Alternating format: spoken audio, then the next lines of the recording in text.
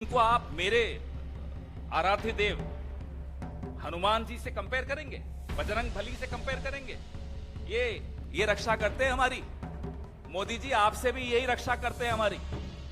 इनसे आप तुलना कर रहे हैं बजरंग दल की, जिनके विषय में आपके अपने नेता ज्योतिरादित्य सिंधिया ने क्या कहा था, याद है 2017 में, कि ये आईएसआई से संबंधित लोग हैं, आईएसआई सर्टिफाइड पार्टी है।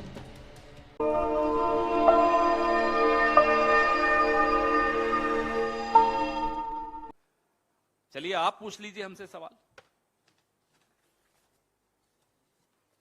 मैं आपको ये भेज रहा हूं, थोड़ी देर में थोड़ा चेंजेस करने आपके सवाल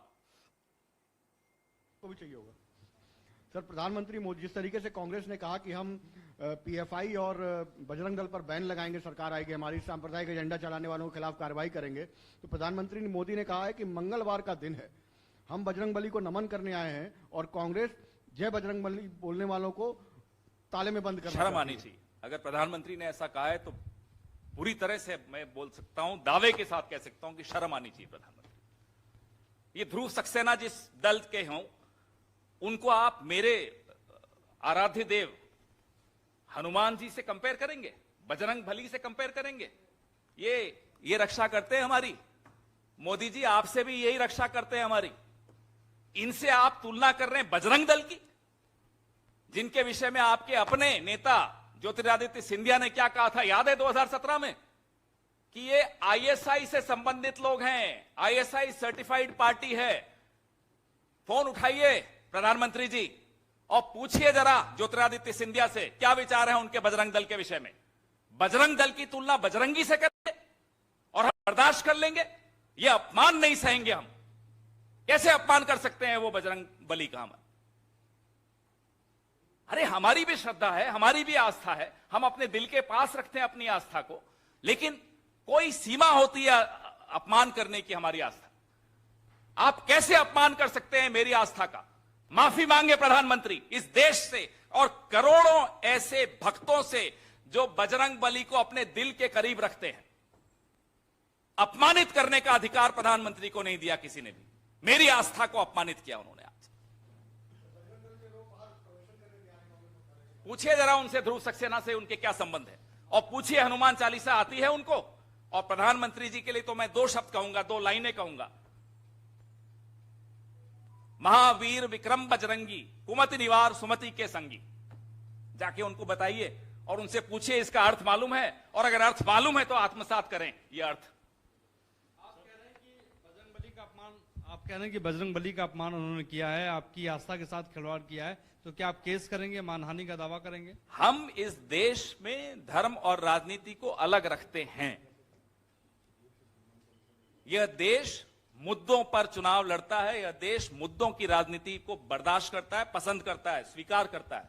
इस तरह की ओछी बातों को यह देश नहीं मानेगा। हम क्या बदला लेंगे, हम क्या केस करेंगे? जवाब मिल जाएगा इनको 13 मई को। सर आपने ये जो प्रॉमिस किया है ये कर्नाटका में किया है, तो आपकी और भी स्टेट्स में गवर्नमेंट है, क्या वहां पर भी वहां के लोगों को क्या चाहिए? वहां के लोगों से चर्चा करने के पश्चात मैनिफेस्टो बनाया जाता है। ये जो मैनिफेस्टो बना है, वहां के लोगों की क्या मांग थी, उस मांग को दिमाग में रखते हुए फिर हमने ये लिखा है। जी सर, इसी का सप्लीमेंट्री है नीरज न्यूज 18 इंडिया से। यानी आप कह रहे हैं कि राजस्थान, हिमाचल प्रदेश और छत्तीसगढ़ के लोग नहीं चाहते कि बजरंग दल पे बैन लगे, कर्नाटक के लोग चाहते हैं, इसलिए जब वहां का मैनिफेस्टो बनेगा, जब वहां कंसल्टेशन प्रोसेस शुरू होगा, मैं अभी की बात कर रहा हूं, पिछले 5 साल में जो जो कांड इन लोगों ने किए हैं वो आपके सामने है। आपके सामने है किस तरह से ध्रुव सक्सेना कौन था, बताइए। चलिए मैं पूछता हूं, मोदी जी जवाब दें। पहले माफी मांगे हमसे, मुझ जैसे कई भक्त हैं हनुमान जी के, उनसे माफी मांगे पहले मोदी जी, और फिर जवाब दे कौन है ध्रुव सक्सेना। और जवाब नहीं मालूम है उनको तो ज्योतिरादित्य सिंधिया से फोन करके पूछ लें। सॉरी, लेकिन कुछ चीजों पे गुस्सा हमें भी आता है। पवन जी, आपके राजनीतिक सहयोगी हैं शरद पवार, उन्होंने पार्टी का पद छोड़ने का, अध्यक्ष पद छोड़ने का ऐलान किया है। कांग्रेस की क्या प्रतिक्रिया है इस पर? ये उनका आंतरिक मामला है।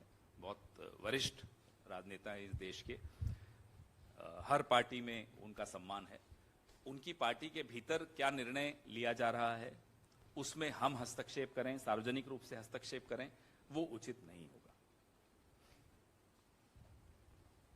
हाँ जी सर, एक और हेमंता विश्व शर्मा ने कहा है कि कांग्रेस का जो घोषणा पत्र है इसमें बजरंग दल को बैन करने की बात है, क्योंकि पीएफआई पहले से बैन है, मुस्लिम आरक्षण को दोबारा से देने की बात है।